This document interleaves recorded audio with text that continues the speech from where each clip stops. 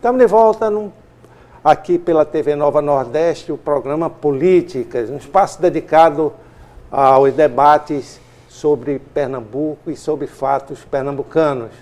Conversando hoje sobre uma possibilidade, a gente não sabe se real ou não, daqui a um tempo ou não, que é o Pernambuco independente do Brasil. Quem está aqui conosco é o secretário do Grupo Pernambuco Independente, Remilton Melo. E também conversando conosco o advogado Silvio Amorim, ele é do Instituto Histórico Geográfico de Pernambuco. No primeiro bloco você viu a discussão, as impossibilidades formais por conta de uma Constituição que não permite a separação de qualquer território brasileiro. Então, vamos continuar nossa conversa aqui. O Silvio ficou de continuar a conversa que ele ia falar no fim do primeiro bloco. Por favor, Silvio. Bem, eu acho que isso, como eu disse no início, é um grande exercício. Eu acho que a gente é sempre bom discutir. É melhor discutir do que não discutir o Estado, não discutir nossos interesses, né?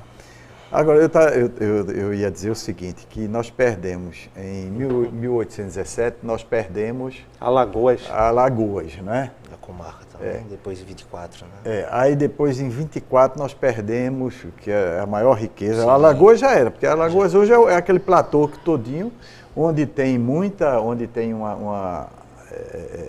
onde dá uma boa cana, né? E que hoje é que mantém Alagoas, né? Toda aquela área que ele tem ali, que ela tem que seria de Pernambuco. E perdemos também uma grande parte do território que é a margem do Rio São Francisco, Comarca São Francisco, não é? Que é conhecida como a comarca do São Francisco, que nos deixou numa situação hoje plantam muito... soja lá, é um centro produtor de soja. Pois é, olha, Pernambuco ia até 400 quilômetros de Brasília. Se nós tivéssemos mantido nosso território, nós estaríamos hoje distantes só 400 quilômetros, não a 2.100 quilômetros, né, de Brasília. Eu estou dizendo assim para dar uma referência. Não é que eu queira proximidade com Brasília, não. É questão mais da extensão do nosso território. Ia pegar a margem toda, no sentido sul, toda a margem direita do São Francisco, era toda nossa, né? Era toda... Barreiras na Bahia, ela pertencia a Pernambuco, nessa época. Eu tenho um irmão que mora lá, Romero Amorim, que gosta de assistir muito o seu programa. Ele está morando aqui, mas ele morou muito tempo, mais de 30 anos, lá em Barreiras, na Bahia. E negócio de terras, que às vezes ele comprava terras lá e tal. A escritura era aqui em Olinda. Aquelas coisas antigas, propriedades, né?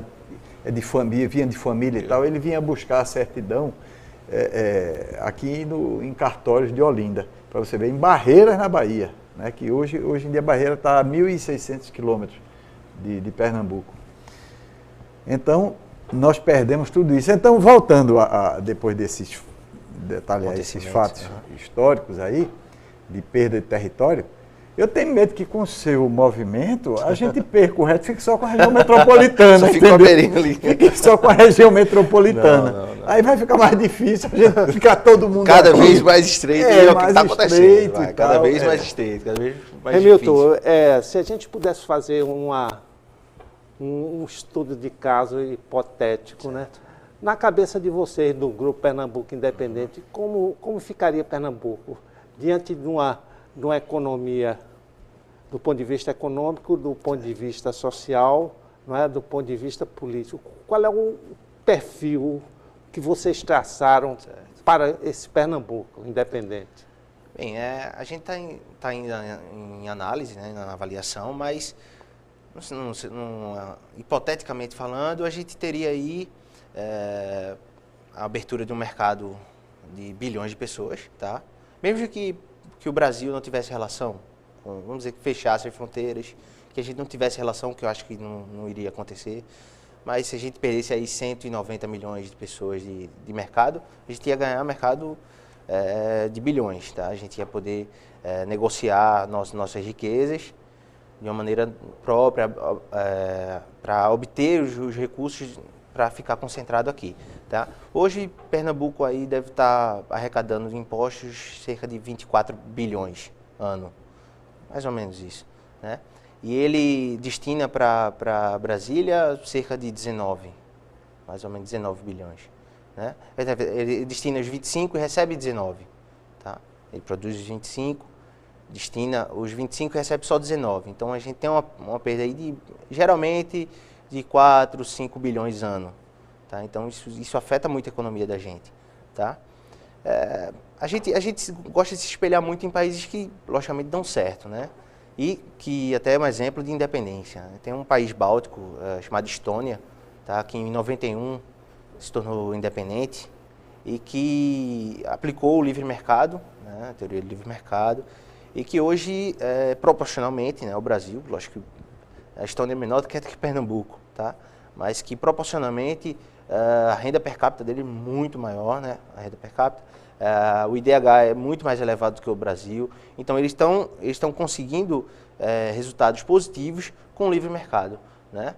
Desburocratização de todo o sistema, baixos impostos. Então, tudo isso faz com que gere mais riqueza, gere mais. As pessoas hoje, para ter um negócio, eu sou microempresário, a gente passa um sufoco muito grande no Brasil. Mesmo com um imposto reduzido, mas a gente não tem o imposto direto, mas tem o indireto, né? A vida da gente é muito pesada. Então, para a gente estar crescendo, acho que a gente diz muito que empresários de todo tamanho, pequeno, médio, são heróis, né, aqui no Brasil, que lutam muito para ter um negócio, lutam muito para gerar emprego, tá? Que, na verdade, a gente sempre fala isso, o governo não gera riqueza. Quem gera riqueza é o povo. Quem gera riqueza é o empresário, é o agricultor, tá? É o trabalhador. Então, a gente tem que dar a liberdade para essas pessoas. E a gente não vê um resultado no Brasil como está agora. Hipoteticamente, isso seria muito relevante, a liberdade de mercado. Exato. O Eduardo Campos, ao tempo da sua candidatura a presidente, ele falava muito na reforma desse pacto federativo. Silvio, o pacto federativo, como existe hoje, é um estímulo a esse tipo de separatismo, uma vez que os estados brasileiros todos estão reclamando dessa a absoluta centralização em Brasília? A centralização ela é muito mal para o país como um todo, né?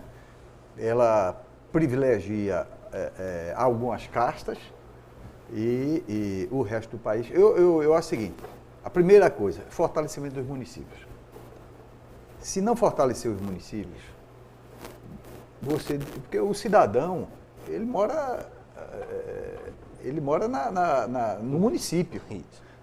Então, hoje, um prefeito, ele tem uma dependência muito grande hoje do governo federal, né? O FPM, né, que hoje os municípios vivem praticamente disso daí, de FPM, ele é resultado de impostos que muitas vezes são negociados lá no Sul. Eu vou dar um exemplo. Precisava, a indústria automobilística estava passando por dificuldade. Aí o que é que faz? O governo federal disse, não, vamos ajudar. Aí baixou o IPI, botou o IPI lá embaixo. Muito bem, as indústrias subiram. E os municípios? Sofreram muito isso, porque o IPI era uma das grandes fontes de arrecadação para do fundo FPM, de participação do FPM, entendeu? Ninguém perguntou, se bem que o Congresso votou isso. Isso foi votado num Congresso. Mas, infelizmente, o Congresso hoje, ele não espelha a vontade da nação. São interesses ali e tal. Então, tem que ter uma política que venha a fortalecer, não quero detalhar aqui porque mas complexo, que venha a fortalecer os municípios. E a partir daí nós precisamos também mudar um pouco a cabeça dos gestores municipais, tá certo? Nós temos que ter um sistema de controle muito bom, não que venha a engessar a administração municipal, porque é 880. Você vê os grandes escândalos hoje no país, né?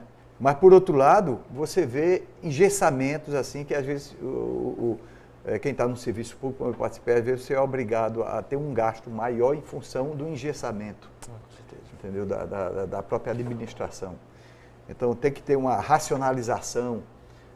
Agora, tudo isso só acontece se tiver homens de bem no comando do país. Quando eu digo no comando do país, é do presidente da República, entendeu? Ao prefeito ao prefeito do menor município, ao prefeito Manari, entendeu?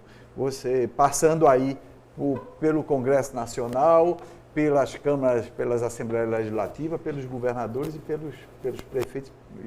Então, você tem essas pessoas têm que mudar.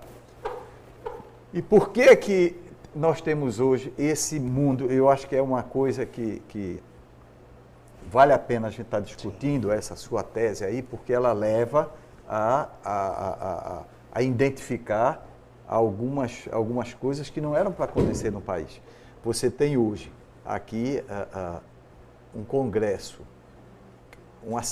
as assembleias e as câmaras municipais com grandes distorções, né?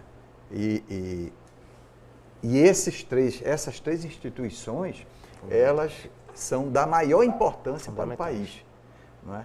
É a caixa de ressonância. Agora, ela precisa ter uma formada por homens que realmente tenham a preocupação. E qual foi a mudança que aconteceu? Ofereceram muitas vantagens para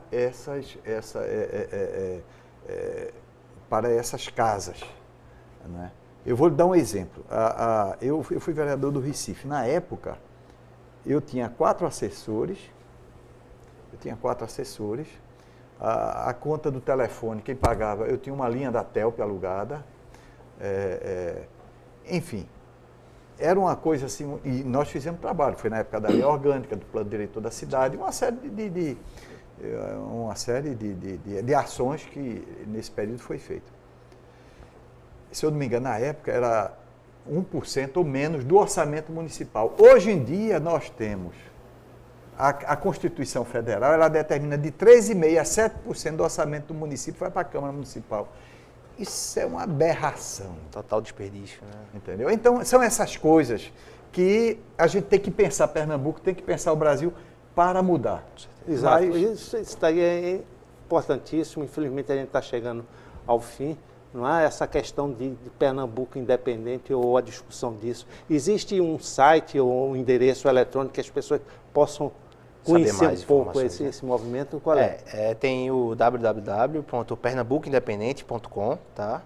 A gente está no Facebook também, e de lá, do Facebook e da página, cai direto também no WhatsApp da gente. A gente tem sempre debate, às vezes acalorado mesmo também, que tem algumas pessoas que entram com certa dúvida, questionamento, dizer que não, mas a gente tenta lá expor da melhor maneira. Sadia, totalmente sadia. Bem, né? Então, simplesmente chegando ao fim, eu queria lembrar uma conversa, isso aí é prefácio de um livro, entre o presidente Juscelino Kubitschek e o Marco Vinícius Vilaça, nosso Marco Vinícius aqui. O presidente Kubitschek chegou para Marco Vinícius e disse: os pernambucanos têm mania de grandeza. O Marco Vinícius Vilaça, com sua tranquilidade e calma, respondeu: presidente, nós não temos mania de grandeza, nós temos grandeza. Fica a mensagem por um Pernambuco maior, independente ou não, mas Pernambuco é o que vale. Até o próximo programa.